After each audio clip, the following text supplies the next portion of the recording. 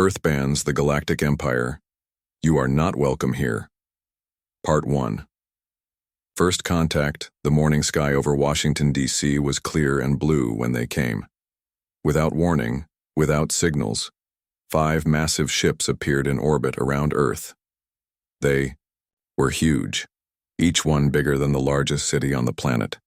Their dark metal hulls reflected the sunlight as they positioned themselves over major cities across the globe. Admiral Alan Porter was eating breakfast when the call came. His coffee spilled as he jumped up from the table, rushing to get dressed, in his uniform. As the head of the United Earth Defense Force, he knew this day might come. Humanity had been sending signals to space for over a century. Someone was bound to answer eventually. "How long have they been there?" Porter asked as he entered the emergency command center beneath the Pentagon. "They appeared approximately 43 minutes ago, sir," replied Major Greg Bennett, his voice steady despite the tension in the room. "All at once, no warning." Porter nodded and looked at the large screen showing the alien vessels. One hung directly over their location. Others floated above Beijing, Moscow, New Delhi, and Rio de Janeiro. "Any communications?" "Nothing yet, sir," said Communications Officer Diane Miller. Her fingers moved quickly over her console. "Wait, we're receiving a signal now." The main screen flickered and an image appeared. The creature on screen had greenish-blue scales that shimmered like tiny jewels. It had 4 eyes arranged in a diamond pattern on its face and a mouth that seemed too wide. When it spoke, its translator device converted strange clicking sounds into English. "People of Earth," the alien said, "I am Grand Ambassador Techlor of the Galactic Empire. We bring greetings from Emperor Zorlak VII, ruler of 300 species across 12,000 star systems." Porter stepped forward. "I am Admiral Alan Porter of the United Earth Defense Force. On behalf of the people of Earth, I welcome you." The alien made a gesture that might have been a bow. "We have watched your world for some time. Your species shows great potential. The Emperor has decided to offer you membership in our glorious empire." President Helen Martinez joined Porter at the screen. "We appreciate the offer, Ambassador Techlor. What would this membership entail?" The alien's upper eyes blinked. "The Empire offers protection, advanced technology, and access to the galactic community. In return, Earth would provide resources and acknowledge the authority of Emperor Zorlak VII as your rightful ruler." The President and Porter exchanged glances. "This is a significant decision," Martinez said carefully. "We would need time to discuss this with our global leadership." "Of course," Techlor replied. "We will send a cultural exchange package to help you understand the benefits of joining the Empire. We expect your answer within 7 Earth days." The screen went dark. Porter turned to the room full of military and government officials. "I want everything we have on those ships. Scans, analysis, anything." "Yes, sir," several voices responded at once. "And get me the best linguists and cultural experts we have," Porter added. "When that cultural exchange package arrives, I want it taken apart piece by piece." Intelligence Officer Nancy Garcia stared at her screen in disbelief. She and her partner Kevin Wright had been working non-stop for 3 days analyzing the massive data package the aliens had sent. "Kevin, you need to see this," she said, her voice low. Wright rolled his chair over to her desk. "What did you find?" "They buried it deep in their historical records. Look at what happened to the Nelvarians." The screen showed images of a beautiful world with purple oceans and golden trees. Then came pictures of massive mining operations, cleared forests, and native aliens working under the watch of Empire guards. "They're not allies," Garcia said. "They're conquests." Wright nodded grimly. "And it's the same pattern with at least a dozen other worlds I've found so far. The Empire offers protection and then strips the planet of resources. The natives end up as second-class citizens in their own home." "We need to tell Porter." The Global Security Council meeting was tense. Representatives from every major nation sat around a large table with Admiral Porter and the intelligence team standing at the front of the room. "The evidence is clear," Porter said. "The Galactic Empire isn't offering us membership. They're offering us slavery with a pretty name." Dr. Elizabeth Morgan, Earth's leading xenobiologist, stood up. Admiral Porter is right. I've studied their biology from the scans. The Zethal, that's their species name, evolved as predators. Their entire culture is built around dominance hierarchies. So what do we do? Asked the Chinese representative. Our weapons are nothing compared to theirs. Porter's expression was grim. We have two options: submit and lose everything that makes us human, or take a stand now. President Martinez looked around the room. I think we need to vote. One by one, the representatives voted. By the end, the decision was unanimous. Martinez nodded solemnly. Then it's decided. Earth refuses to join the Galactic Empire. There's more, Porter said. We can't just refuse. We need to make a statement. I propose we ban them from our solar system completely. The room fell silent. Can we do that? Asked the Russian representative. Do we have that right? This is our home, Porter replied firmly. We have every right to decide who is welcome here. After more discussion, they agreed on the plan. 3 days later, Admiral Porter led a small delegation to meet with the aliens. They were taken up to the mothership in an alien shuttle. The inside of the vessel was enormous, with ceilings that stretched up at least 30 feet. The walls glowed with a soft blue light, and the air smelled faintly of cinnamon. Ambassador Teclor greeted them in a large room with a view of Earth below. Several other aliens of different species stood nearby, watching the humans with curious eyes. Admiral Porter, we are pleased to welcome you aboard our vessel, Teclor said. Have you reached your decision? Porter stood tall, his uniform crisp and perfect. Behind him, a small team of Earth's leaders and experts formed a unified front. Yes, Ambassador, we have, Porter said clearly. After careful review of your offer and the historical records you provided, Earth has made its decision. Teclor's four eyes focused intently on Porter. Excellent. When would you like the integration process to begin? There will be no integration, Porter stated firmly. Earth formally declines membership in your empire.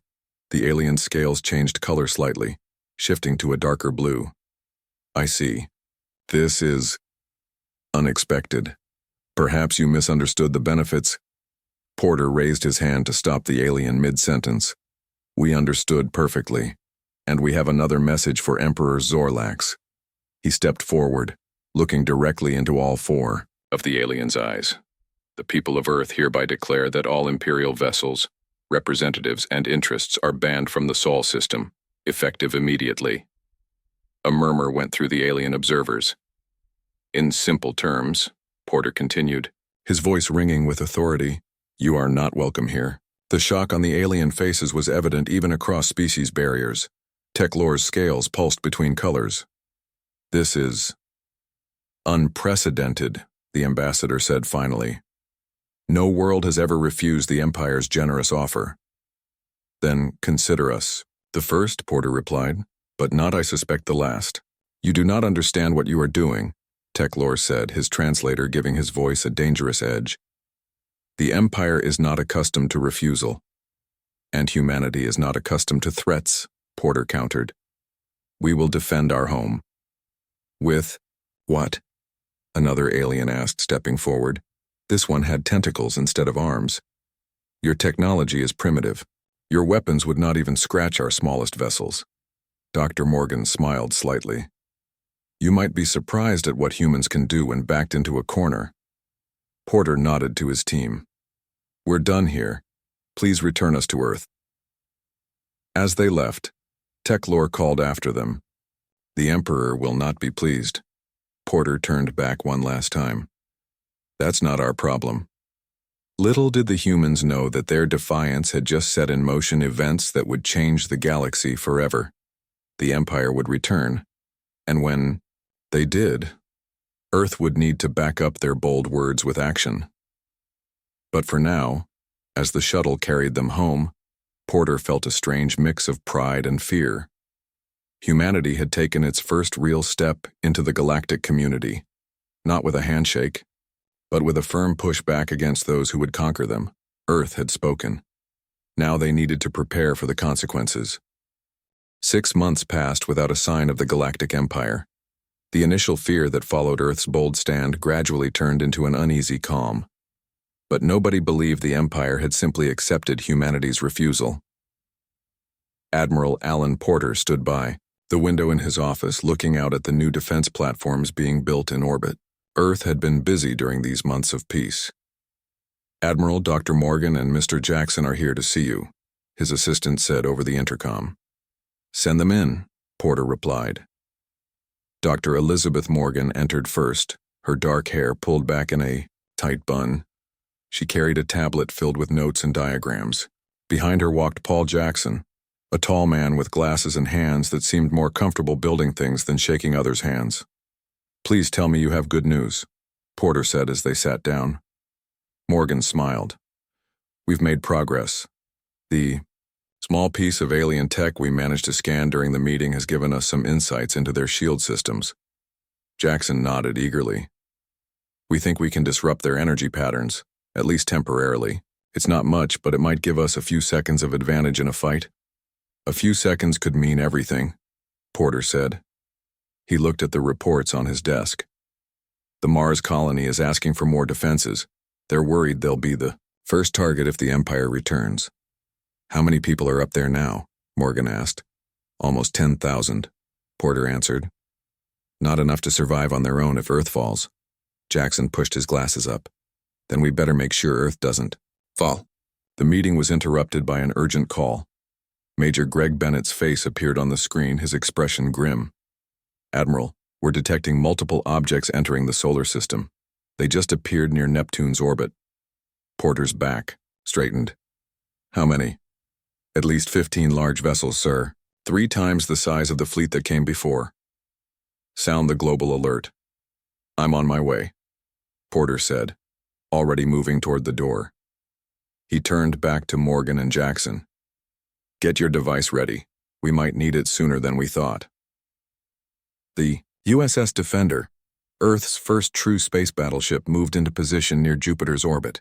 Built using a combination of human ingenuity and reverse-engineered alien tech, it was humanity's best hope against the coming storm. Commander Susan Lewis stood on the bridge, watching as her crew prepared for battle. They were the best Earth had to offer, but most had never seen real combat in space. None of them had faced an enemy like the Empire. "Status report," Lewis ordered. "All systems operational, Commander," replied her second-in-command, Lieutenant Joe Russell. "The rest of the fleet is in position behind us." Earth's defense fleet consisted of the Defender and 6 smaller vessels. They seemed tiny compared to the massive Imperial ships now visible on their long-range scanners. "Any communications from them?" Lewis asked. Communications Officer Ben Howard shook his head. "Nothing yet. Wait. Incoming transmission." The main screen lit up with the now familiar face of Grand Ambassador Techlore. His scales seemed darker than before, and his 4 eyes narrowed as he recognized Lewis. "This is your only warning," the alien said without greeting. "Earth will join the Empire or face destruction. You have 1 hour to surrender." "We already gave you our answer 6 months ago," Lewis replied calmly. "Earth will not surrender." Techlore made a sound that might have been a laugh. "Then you will die free." The screen went dark. Lewis turned to her crew. "Battle stations, alert the fleet. They won't wait the full hour." She was right. Just 10 minutes later, the Imperial fleet accelerated toward them. The first shots from the Imperial ships lit up space like small suns. The Defender shook as energy blasts hit its shields. "Shields at 60%, shouted Russell over the noise of alarms. Lewis gripped her command chair. "Return fire. Target their lead vessel." The Defender's main cannons fired, hitting the closest Imperial ship. The enemy's shields flickered but held. "Minimal damage to target," reported Weapons Officer Sam Collins. "Their shields are too strong." 2 of Earth's smaller ships exploded as Imperial weapons cut through them. The battle was turning into a slaughter. "We need to retreat," Russell urged. "We can't win this fight." Lewis knew he was right. "Send the signal. All ships fall back to Mars orbit." As the Defender turned, an Imperial blast hit its engines. The ship spun, emergency systems barely keeping it functional. "Engine 3 is down," shouted the engineer over the comms. We're losing power. Lewis watched as another Earth ship exploded nearby. This wasn't a battle. It was an execution. Then, her communications officer called out, "Commander, the Defiance is moving forward." Lewis looked at the screen. The Defiance, an experimental vessel that wasn't supposed to be in combat, was heading straight for the Imperial fleet. "Get me Captain Miller, now." Captain Frank Miller knew this was probably a suicide mission. The Defiance wasn't built for direct combat, but it carried something that might turn the tide. "How long until the device is ready?" he asked his engineer. 2 minutes, Captain," replied Engineer Olivia Grant, her hands working quickly over the controls. "But we need to get much closer for it to work." Miller nodded. "Then that's what we'll do." His communications officer looked up. "Sir, the Defender is hailing us." "Ignore it," Miller ordered. "We won't get another chance at this." The Defiance weaved through weapons fire, taking hits, but somehow staying intact. Miller had one goal: get close enough to the Imperial command. "Ship. Device ready, sir," Grant called out. "Activate it now." The Morgan Jackson device powered up, sending invisible waves of energy toward the Imperial ships. For a moment, nothing seemed to happen. Then, one by one, the lights on the nearest enemy vessels flickered and dimmed. "It's working!" someone shouted. "Their power systems are failing!" 3 Imperial ships drifted, weapons and shields offline. The others seemed to hesitate, confused by what was happening to their companions. Miller allowed himself a small smile. "Send word to the fleet. Hit them with everything we've got while they're vulnerable." From the damaged bridge of the Defender, Commander Lewis watched in amazement as the Imperial ships suddenly became vulnerable. She didn't waste the opportunity. "All remaining ships, concentrate fire on the disabled vessels." Earth's ships turned and fired, their weapons finally breaking through the unprotected hulls of the Imperial vessels. 2 enemy ships exploded in bright flashes. A third spun out of control, venting atmosphere into space. The remaining Imperial vessels began to pull back, retreating to a safe distance. "They're running," Russell said, disbelief in his voice. "Not running," Lewis corrected. "Regrouping. This fight isn't over." But for now at least, Earth had done the impossible. They had bloodied the nose of the mighty Galactic Empire. As the Imperial fleet retreated to the outer solar system, the damaged Earth vessels limped back toward home. They had lost 3 ships and many good people.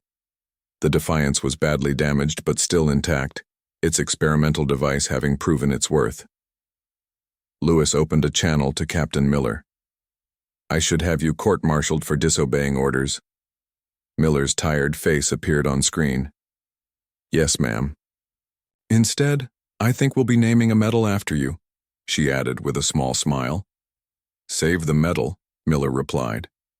"The Empire will be back, and they'll be ready for our trick next time." Lewis nodded soberly. "Then we'll need new tricks." Earth celebrated its first victory. Scientists and military leaders already knew the truth. This was just the beginning of a war they were still likely to lose. The Empire had thousands of worlds and millions of ships. Earth had just 7 vessels, and now only 4 remained. Their only hope was to use the time they had bought wisely. Humanity needed to prepare, not just with weapons, but with strategy. As Porter had said during the first meeting with the aliens, humans could be surprisingly resourceful when backed into a corner. And right now, with the Empire regrouping beyond Neptune, the entire species was in the biggest corner of all. 3 weeks after the battle near Jupiter, the Empire established a blockade around the solar system. Their ships formed a ring at the edge of the solar system, cutting Earth off from its Mars colonies and preventing any attempts to expand beyond. Lisa, Ortiz looked out the small window of her hidden base on Phobos, the larger moon of Mars. From here she could see both the Red Planet and the Imperial patrol ships that regularly passed by. As the former head of Earth's Special Operations Command, Ortiz had been sent to Mars just before the blockade to organize the resistance. "Any news from Earth?" asked her second-in-command, Ryan Cooper. Ortiz shook her head. "Communications are still jammed. The Empire is blocking everything except their own approved channels. So we're on our own, Cooper said quietly. For now. Ortiz turned from the window. But that's why we're here. To make sure Mars doesn't fall, and to find a way to hurt the Empire where they don't expect it. Their base was hidden inside a mining facility that had been abandoned when the blockade began. Now it housed 30 of Earth's best fighters, scientists, and engineers. Their mission was simple but nearly impossible. Find the Empire's weakness. The scout team is back, Cooper said, checking his tablet. They've found something interesting. In the main room of the base, a group of tired people gathered around a table. Sergeant Maria Diaz spread out a rough map she had drawn. We spotted an Imperial scout ship landing here, she said, pointing to a location near the Valles Marineris Canyon. They're setting up some kind of monitoring station. How many? Ortiz asked. 6 aliens, all armed. They have robots doing the heavy work. Ortiz studied the map. This could be our chance to get some of their technology, maybe even capture one of them for questioning. That's risky, Cooper warned. If they report back to their fleet, they'll know we're here. Which is why they won't report back, Ortiz replied with a grim smile. We hit fast, we hit hard, and we leave no evidence, just like we trained. The team spent the next day preparing for the mission. They loaded their weapons, a mix of earth guns and tools modified to work as weapons. Their body armor was designed to blend into the Martian landscape. By the time they were ready, they looked more like parts of the Red Planet than humans. Under the cover of a dust storm, Ortiz led her team toward the Imperial outpost. They moved silently across the Martian surface, their suits keeping them alive. In the harsh environment, when they reached a ridge overlooking the outpost, Ortiz raised her hand, signaling the team to stop. Below them, the aliens worked around a half-built structure. Their scout ship sat nearby, its sleek design making it look fast and dangerous even while parked. Remember the plan, Ortiz whispered over the comm. Team 1 with me, we secure the ship. Team 2, take out the guards. Team 3, grab any tech and data you can find. The attack was quick and precise. The aliens, who weren't expecting any resistance on what they thought was a mostly empty planet, fell quickly to the surprise attack. Within minutes, the outpost was secured. 5 minutes, Ortiz announced. Get what you need and let's go. Her team downloaded data from the alien computers while others grabbed weapons and tools. Ortiz herself went to the ship, hoping to find a way to use it or at least learn from it. Inside, she found something unexpected. A case of communication devices. Each one looked like a small crystal attached to a metal band. Cooper, she called over the comm. I think I found their version of a radio. Grab a container and get over here. By the time they returned to their base, hidden under the storm-swept Martian surface, they had enough Imperial technology to keep their scientists busy for months. Back on Earth, the situation was growing desperate. The blockade meant no supplies reached the Mars colonies, and Earth itself was preparing for a possible invasion. Food was rationed, and factories worked non-stop to build weapons and ships. Everyone knew they were fighting for survival. Yabadam, secret facility beneath the Rocky Mountains. Diplomat Jason Chen prepared for the most dangerous mission of his life. Are you sure about this? Dr. William Patel asked as he injected a silvery fluid into Chen's arm. Once the device is in your bloodstream, there's no removing it. Chen nodded. I'm sure. It's our best chance. The modified Morgan-Jackson device now fit inside a single cell of Chen's body, multiplying and spreading through his bloodstream. From the outside, no one could tell he carried what might be humanity's greatest weapon against the Empire. Remember, Dr. Morgan said, joining them, the device activates when exposed to their neural scanners. It will feel like your mind is being torn apart, but that's when it's working, copying their data while they think they're reading yours. And if it doesn't work? Chen asked. Morgan's expression was grave. Then all they get is what's actually in your head. The false information we've planted about Earth's defenses and the real information about how stubborn humans can be. The plan was dangerous but necessary. Chen would allow himself to be captured during a false negotiation attempt. The Empire would do what they always did with important prisoners. scan their minds for information. That's when the device would activate, stealing far more than the Empire could take. 3 days later, Chen's small diplomatic vessel approached the Imperial blockade. As expected, they were immediately surrounded and boarded. Chen stood calmly as alien soldiers took him into custody. "I am here to discuss terms," he said, using the translator they had built based on the Empire's technology. The alien captain made a dismissive gesture. "The time for terms has passed. Your planet defied the Emperor.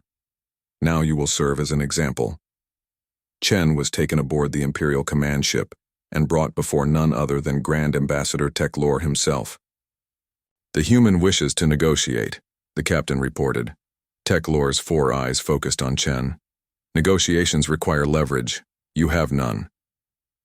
"We have more than you think," Chen replied, keeping his voice steady.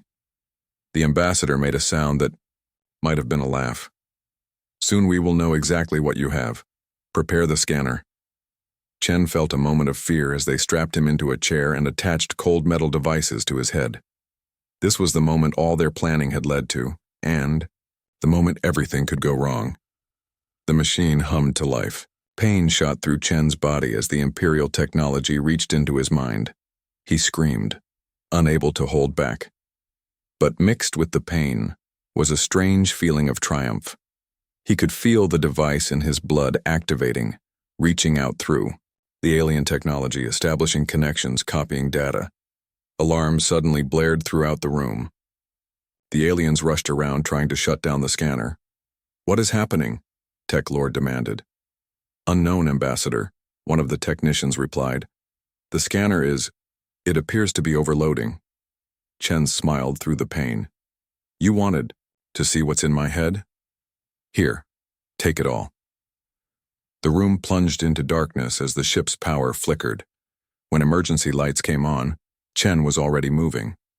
The confusion gave him the chance he needed. While the aliens were distracted by their failing systems, he slipped from the room. The escape plan had always been the most uncertain part of the mission. Chen had to find his way off a massive alien ship, find a shuttle, and somehow return to Earth. But now he carried something that made the risk worthwhile: knowledge, Imperial secrets, technology data, and most importantly, information about their communication network. As Chen moved through the darkened corridors of the enemy ship, Earth's resistance gained its first real advantage in the war. The Empire had underestimated humanity once again. They thought they were interrogating a prisoner, but they had invited a thief into their most secure systems. The war was far from over, but for the first time, humanity had a real chance. Jason Chen's escape pod crashed in the Arizona desert 2 weeks after his mission began.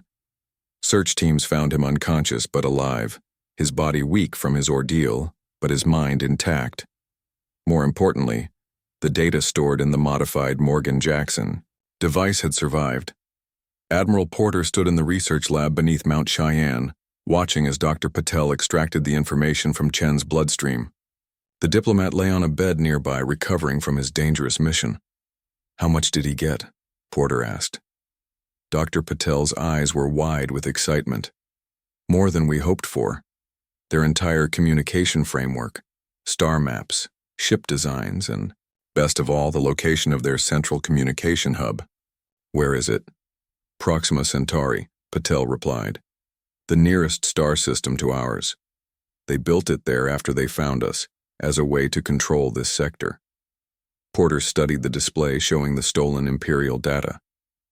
"And this hub controls all their ships in the area?" "Not just ships," Dr. Morgan said, joining them. "Their entire command structure relies on it. The Empire spans too many star systems to function without faster-than-light communication. This hub coordinates everything in our region of space." Porter's mind was already forming a plan. "If we could disrupt this hub, their ships would be cut off from Central Command," Morgan finished. "They'd have no orders, no coordination." "Can you build something that would do that? Disable their communications?" Patel and Morgan exchanged glances. "The data Chen brought back includes their quantum entanglement protocols," Patel said. "Their system is incredibly advanced, but it has a fundamental weakness.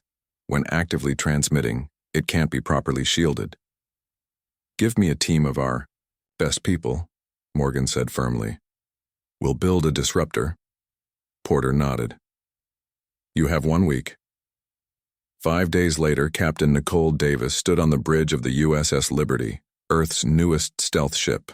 Built using the knowledge gained from the first battle, the Liberty was designed for one purpose: to move undetected through Imperial space. Pre-flight checks complete, Captain, reported her pilot, Steve Rodriguez. All systems green. Davis looked around at her hand-picked crew of 12. They were the best Earth had to offer. Scientists, soldiers, and engineers chosen for both skill and courage. You all know the mission, she said. We infiltrate Imperial space, reach Proxima Centauri, plant Dr. Patel's device at their communication hub, and get out. Simple. A few nervous laughs broke the tension. Everyone knew the mission was anything but simple. If they were caught, there would be no rescue. The fate of Earth depends on us, Davis continued. The Empire thinks they have us trapped and helpless. Let's show them how wrong they are. The Liberty lifted off from its hidden base in Antarctica, rising through the atmosphere and into space.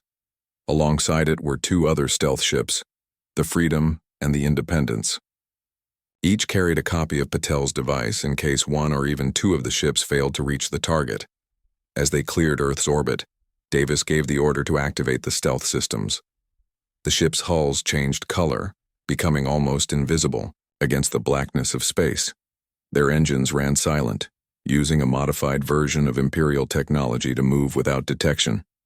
Course set for the blockade line, Rodriguez reported. We'll reach it in 40 minutes. Davis nodded. Now we see if this stealth tech really works. The Imperial blockade was a ring of warships surrounding the solar system. The 3 Earth vessels approached slowly, their systems turned down to minimal power to avoid detection. Every person on board held their breath as they slipped between 2 massive alien battleships. They're not reacting, whispered Rodriguez, as if the aliens might hear him. We're through. Once past the blockade, the ships accelerated toward Proxima Centauri. The journey would take 3 days at their best speed, the first time humans had traveled to another star system. On the second day, disaster struck.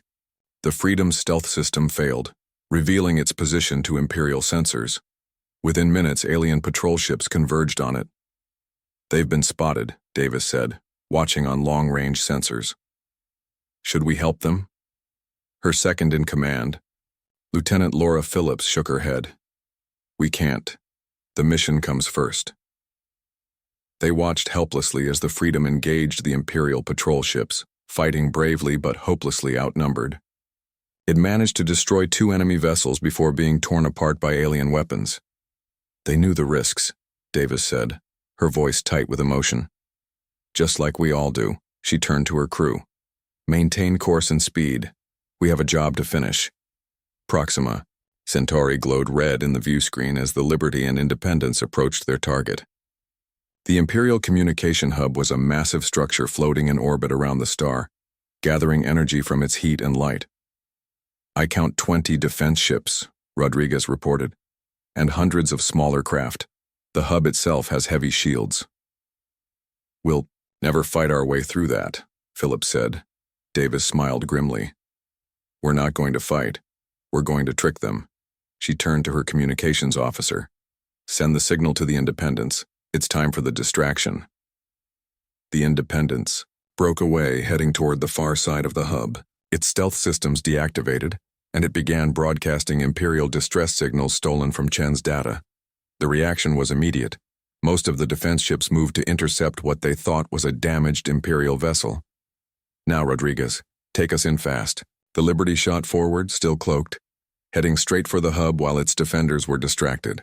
They reached the massive structure undetected and attached themselves to an access port. Boarding team, move out, Davis ordered. Dressed in suits designed to mimic Imperial armor, Davis led a team of 4 onto the hub. They moved quickly through the corridors, following the map from Chen's stolen data. Any aliens they encountered barely glanced at them, fooled by their disguises. When they reached the central control room, they found it less guarded than expected. Most of the security forces had been deployed to deal with the Independence's distraction. "Plant the device," Davis ordered as her team secured the room. "Make it quick." Dr. Morgan's assistant, engineer Carl Watson, attached Patel's quantum disruption device to the main communication array. He activated it and stepped back. "It's set. We have 10 minutes before it fully integrates with their system. Then let's not be here when it happens," Davis replied. They were almost back to their ship when alarms began blaring throughout the hub. Their disguises had finally been discovered. "Run!" Davis shouted, abandoning stealth for speed. Imperial security officers appeared at the end of the corridor, weapons ready. Among them was a senior officer named Drelthor, his golden armor marking his rank. "Humans!" he shouted. "Stop them!" Rodriguez, who had stayed behind to guard the Liberty, saw the security team closing in on his captain. Without hesitation, he detached the ship from the hub and flew it directly toward the corridor viewports. "Captain, get down!" he shouted over the comm. Davis and her team dropped to the floor as the Liberty's engines flared bright against the viewport. The sudden light blinded the aliens, giving the humans the moment they needed to reach the airlock where the ship had reattached. Once everyone was aboard, Rodriguez pushed the engines to maximum, pulling away from the hub just as Drelthor's security team reached the airlock. "Did the Independence make it?" Davis asked as they sped away. Phillips checked the sensors. "No contacts. I think they sacrificed themselves to give us time." Davis closed her eyes briefly, honoring their courage. "Then we make sure their sacrifice matters. Get us home, Rodriguez." Behind them, unknown to the escaping humans, Patel's device had fully activated. It sent waves of disruption through the quantum entanglement network that connected thousands of Imperial ships and bases. One by one, their communications began to fail. The Empire, for the first time in its long history, fell silent. 3 weeks after Operation Blindspot, silence hung over the solar system. The Imperial blockade ships drifted aimlessly, their crews confused and unable to coordinate without communication from Central Command. Some had retreated to safer distances, while others maintained their positions waiting for orders that never came. Admiral Porter stood at the window of his office, watching Earth's defense fleet move into position. The surviving ships, along with newly built vessels, formed an impressive sight against the blackness of space. "Admiral," his assistant called, "we're detecting an incoming ship. It's Imperial, but it's alone and broadcasting on our frequencies." Porter raised an eyebrow. "What are they saying?" "They're requesting a meeting, under a flag of truce." Porter smiled. This was what they had been waiting for. "Tell the defense fleet to let them pass, but keep weapons ready, just in case." The Geneva Conference Center had been chosen for the historic meeting. Once used for Earth's international discussions, it now would host the first official diplomatic exchange between humanity and the Galactic Empire.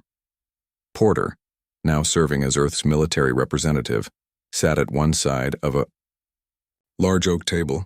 Beside him were President Olivia Baker and UN Secretary General Richard Kim. They watched as the Imperial delegation entered the room. Grand Admiral Vector was tall, even for one of the Zethal. His scales were a deep blue with golden patterns that indicated his high rank. Behind him were several aides and guards, all looking uncomfortable in Earth's atmosphere, despite their breathing apparatus. "Admiral Porter," Vector said through his translator. "We meet at last." Porter nodded. "Welcome to Earth, Grand Admiral." The alien looked around the room, clearly uncomfortable sitting as an equal with humans. "This is irregular. The Empire does not typically negotiate with younger species. Yet here you are," Porter replied calmly. Vector's four eyes blinked in sequence. "The Empire requests terms for a cessation of hostilities." President Baker leaned forward. "You mean surrender terms?" "A temporary arrangement," Vector corrected, quickly, "until communications can be restored." Secretary General Kim smiled. "I think we all know that won't be happening anytime soon." Porter laid out a tablet showing a document. "Our terms are simple, Grand Admiral. The Empire will acknowledge Earth's sovereignty and the sovereignty of the entire Sol system. You will provide reparations for your unprovoked attack, and you will share with us the names and locations of all other species currently under Imperial protection who might wish to determine their own destiny. Vector's scales darkened with emotion. The last demand is impossible. The Empire has hundreds of protectorate worlds. It would cause chaos throughout the galaxy. Dr. Morgan, who had been quietly observing, spoke up. Grand Admiral, let me explain something about our quantum disruption technology. She stood and moved to a display screen. What we used at your communication hub wasn't just a localized attack. The disruption was designed to propagate through your entire network. She showed a simulation of the effect spreading from star to star.